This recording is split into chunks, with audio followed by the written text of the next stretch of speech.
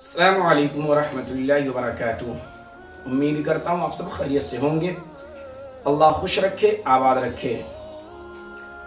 اللہ رب العزت قرآن مقدس میں ارشاد فرماتا ہے وما ارسلناک الا رحمۃ للعالمین، اے محبوب ہم نے آپ کو ساری کائنات کے لیے رحمت بنا کر بھیجا۔ تو بالکل اطمینان و سکون کے ساتھ آپ ویڈیو میں بنے رہیں اور حضرت ام سلیم رضی اللہ تعالی عنہا کی درد بھری زندگی کے بارے میں کچھ واقعات آپ سماعت کریں۔ حضرت ام سلیم رضی اللہ تعالی عنہا یہ ہمارے نبی صلی اللہ تعالی علیہ وسلم سے پیارے خادم حضرت انس بن مالک رضی اللہ تعالی عنہ کی ماں ہیں۔ ان کے پہلے شوہر کا نام مالک تھا۔ بیوہ ہو جانے کے بعد ان کا نکاح حضرت ابو طلحہ صحابی رضی اللہ تعالی عنہ سے ہو گیا۔ یہ رشتہ میں ایک طرح سے رسول اللہ صلی اللہ تعالی علیہ وسلم کی خالہ ہوتی تھی اور ان کے ایک بھائی حضور علیہ السلام کے ساتھ ایک جہاد میں شہید ہو گئے تھے۔ ان سب باتوں کی وجہ سے رسول اللہ صلی اللہ تعالی علیہ وسلم ان پر بہت مہربان تھے اور کبھی کبھی ان کے گھر بھی تشریف لے جایا کرتے تھے۔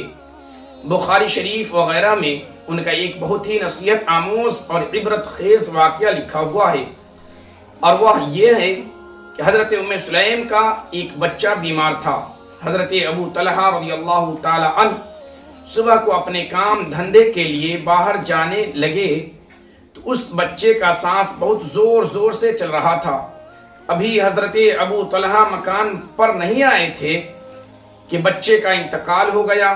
حضرت بی بی ام سلیم نے سوچا کہ دن بھر کے تھکے ماندے میرے شوہر مکان پر آئے اور بچے کے انتقال کی خبر سنیں گے تو نہ کھانا کھائیں گے نہ آرام کر سکیں گے، اس لیے انہوں نے بچے کی لاش کو ایک الگ مکان میں لٹا دیا اور کپڑا اڑا دیا اور خود روزانہ کی طرح کھانا پکایا۔ پھر خوب اچھی طرح بناؤ سنگھار کر کے بیٹھ کر شوہر کے آنے کا انتظار کرنے لگی۔ جب حضرت ابو طلحہ رات کو گھر میں آئے تو پوچھا کہ بچہ کا کیا حال ہے، تو بی بی ام سلیم نے کہہ دیا کہ اب اس کا سانس ٹھہر گیا ہے۔ حضرت ابو طلحہ مطمئن ہو گئے اور انہوں نے یہ سمجھا کہ سانس کا کھچاؤ تھم گیا ہے۔ پھر فوراً ہی کھانا سامنے آ گیا اور انہوں نے شکم شیر ہو کر کھانا کھایا۔ پھر بیوی کے بناؤ سنگھار کو دیکھ کر انہوں نے بیوی سے صحبت بھی کی۔ جب سب کاموں سے فارغ ہو کر بالکل ہی مطمئن ہو گئے تو بیوی ام سلیم نے کہا کہ اے میرے پیارے شوہر، مجھے یہ مسئلہ بتائیے کہ ہمارے پاس کسی کی کوئی نعمت ہو۔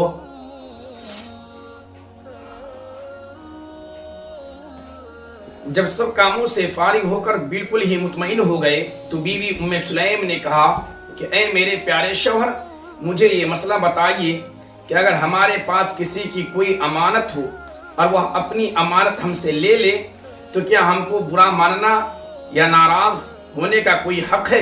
حضرت ابو طلحہ نے فرمایا کہ ہرگز نہیں، امانت والے کو اس کی امانت خوشی خوشی دے دینی چاہیے۔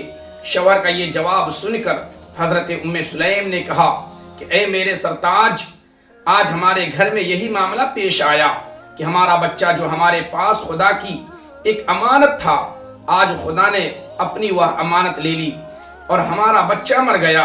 یہ سن کر حضرت ابو طلحہ چونک کر اٹھ بیٹھے اور حیران ہو کر بولے کہ کیا میرا بچہ مر گیا؟ بیوی نے کہا کہ جی ہاں۔ حضرت ابو طلحہ نے فرمایا کہ تم نے تو کہا تھا کہ اس کے سانس کا کھچاؤ تھم گیا ہے۔ بیوی نے کہا جی ہاں، مرنے والا کہاں سانس لیتا ہے۔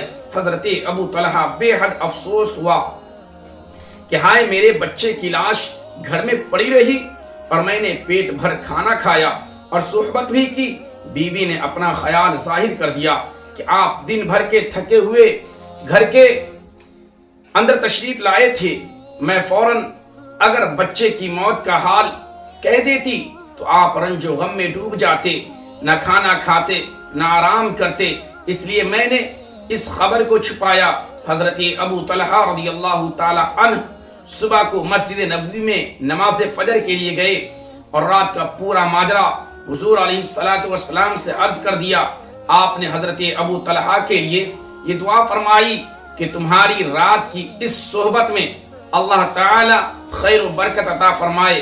اس دعائے نبوی کا یہ اثر ہوا کہ اسی رات میں حضرت بیوی ام سلیم کے حمل ٹھہر گیا، بیوی ام سلیم کے حمل ٹھہر گیا اور ایک بچہ پیدا ہوا جس کا نام عبداللہ رکھا گیا، اور ان عبداللہ کے بیٹوں میں بڑے بڑے علماء پیدا ہوئے۔ بخاری شریف کی حدیث پاک ہے۔ تبصرہ: مسلمان ماؤں اور بہنوں، حضرت بی بی ام سلیم رضی اللہ تعالی عنہا سے صبر کرنا سیکھو اور شوہر کو آرام پہنچانے کا طریقہ اور سلیقہ بھی اس واقعہ سے ذہن نشی کرو، اور دیکھو کہ بی بی ام سلیم نے کیسی اچھی مثال دے کر شوہر کو تسلی دی۔